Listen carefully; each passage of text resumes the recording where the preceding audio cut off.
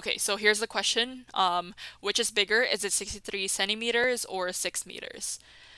Okay, 63 centimeters. First of all, you can't really start comparing units that are different, right? Okay, was it 6 meters? Let's see. Yeah, 63 centimeters or 6 meters. Which one is bigger?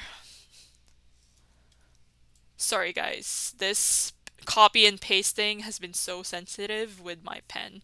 Okay, great. So this is 63 centimeters or 6 meters.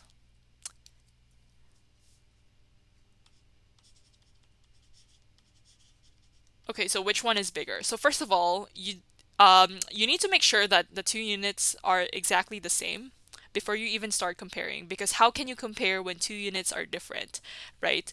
So say for example, I mean, just think about this, right? When you go and do your groceries, right? For example, you're trying to buy, I don't know, dog food, for example, or if you don't have any dogs at home, like canned food, right? So if you're trying to compare two products, right, and you're comparing it in a different, I guess, unit. So say for example, you're comparing kilograms versus grams.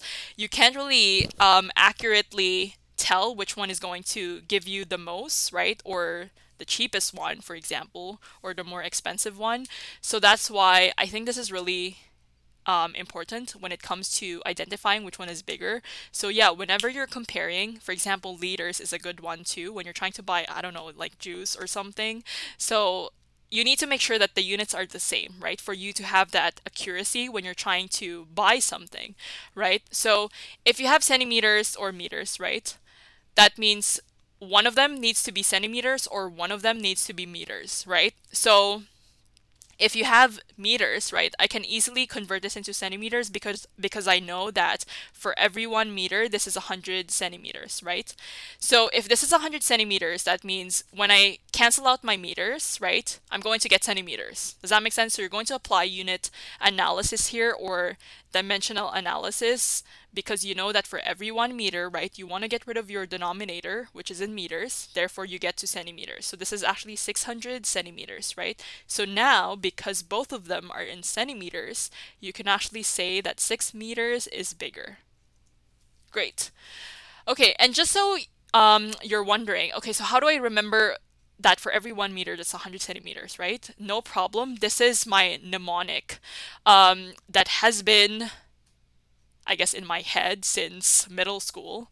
Okay,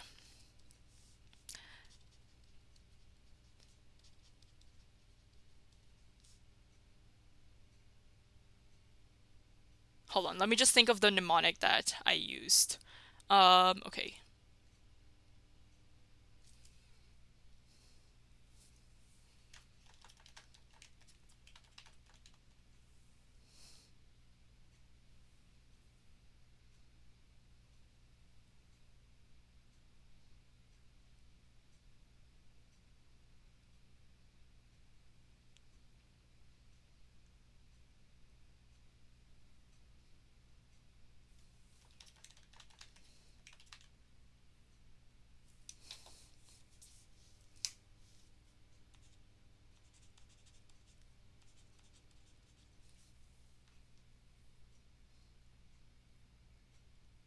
Yeah, so for the mnemonic, it could be depending on your teacher, right? But the way they introduce this, basically, let's see, we forgot. Okay, so King Henry basically died unexpectedly. This should be capital D, just so you know. And let me try to explain why it should be capital D.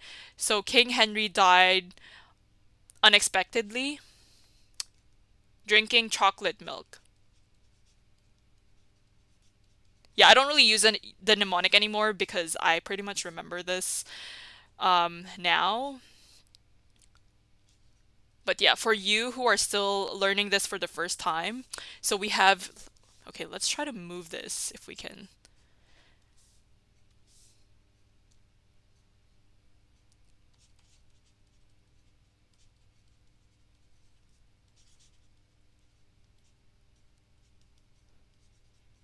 Okay, so this is the mnemonic that you have to remember.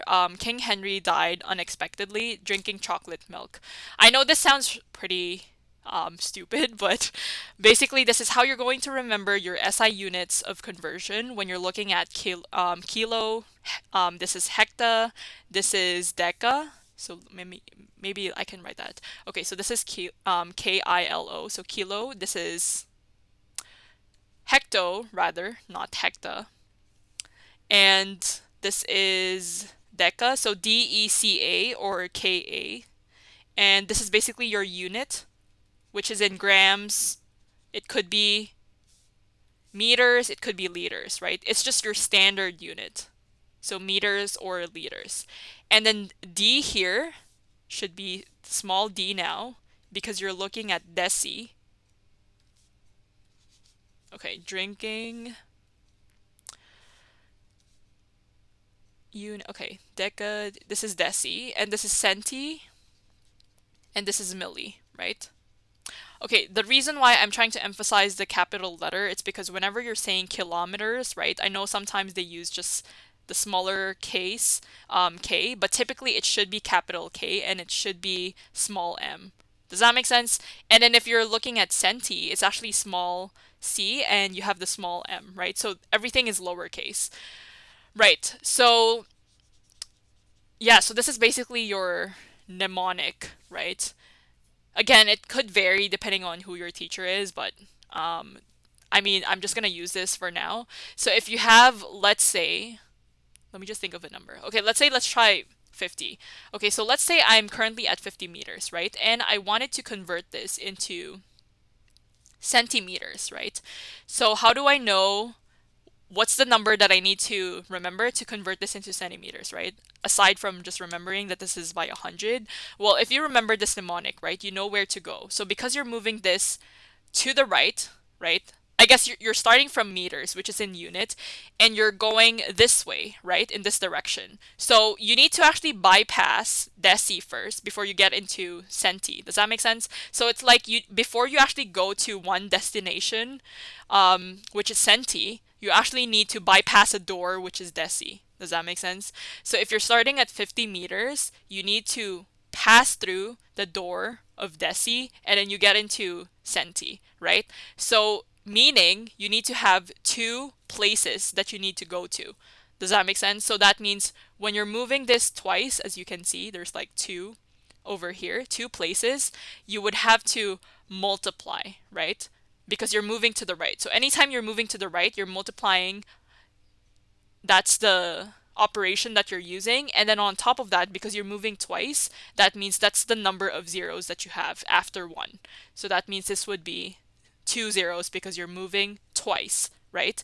And you're moving to the right, therefore it's multiplication. So if you have 50 meters, therefore in centimeters, right, that would be, let's see, 50, right? And you're adding just two, 1, 2. Let's see, 1. Yeah, so it should be 5,000 centimeters. Does that make sense? So this is 5,000 centimeters. Okay, so that's how you go from 50 meters to centimeters. Okay, great. So now that you know that, maybe we can try, for example, kilometers, because I think it's a pretty popular um, question, right? Or unit to be using, especially when your parents are driving. So if you have 50 meters, therefore you're going to move this to the left now, right? So this is one because you need to pass deca, and this is the second one because you need to pass hecto, and finally you're going to go to kilo, right? Because that's where you want to go, right? And as you can see, you're moving three places to the left, right? Because you're moving to the left, that means it's division, right? And because it's three places, therefore you need to have three zeros, right? 1, 2, 3. Does that make sense? Therefore, if you have 50 divided by 1,000, right? Okay, so if you have 50 divided by 1,000, you're going to have 5 divided by 100, so that's 1 over 20. Yeah, 1 over 20 is actually 0.05. Yeah, so in that case, you can say that 50 meters is equal to 0.05 kilometers. Does that make sense? So that's how you're going to remember this mnemonic. Okay, so that's related to that question. So, because I don't want you to, as a student, I don't want you to just remember things. Okay, for every meters, that's 100 centimeters. I want you to actually make sense of where that number is derived from. Does that make sense? So you don't have to just memorize things without even understanding where you got them. So, yeah. So as you can see, right, from meters to kilometers, right, you need to divide by 1,000, and that's because of this, right? Yeah, hopefully this makes sense. Yeah, and what they have here, 1 meter is equal to 100 centimeters is right, and they're saying 6 meters is 600 centimeters, which is right.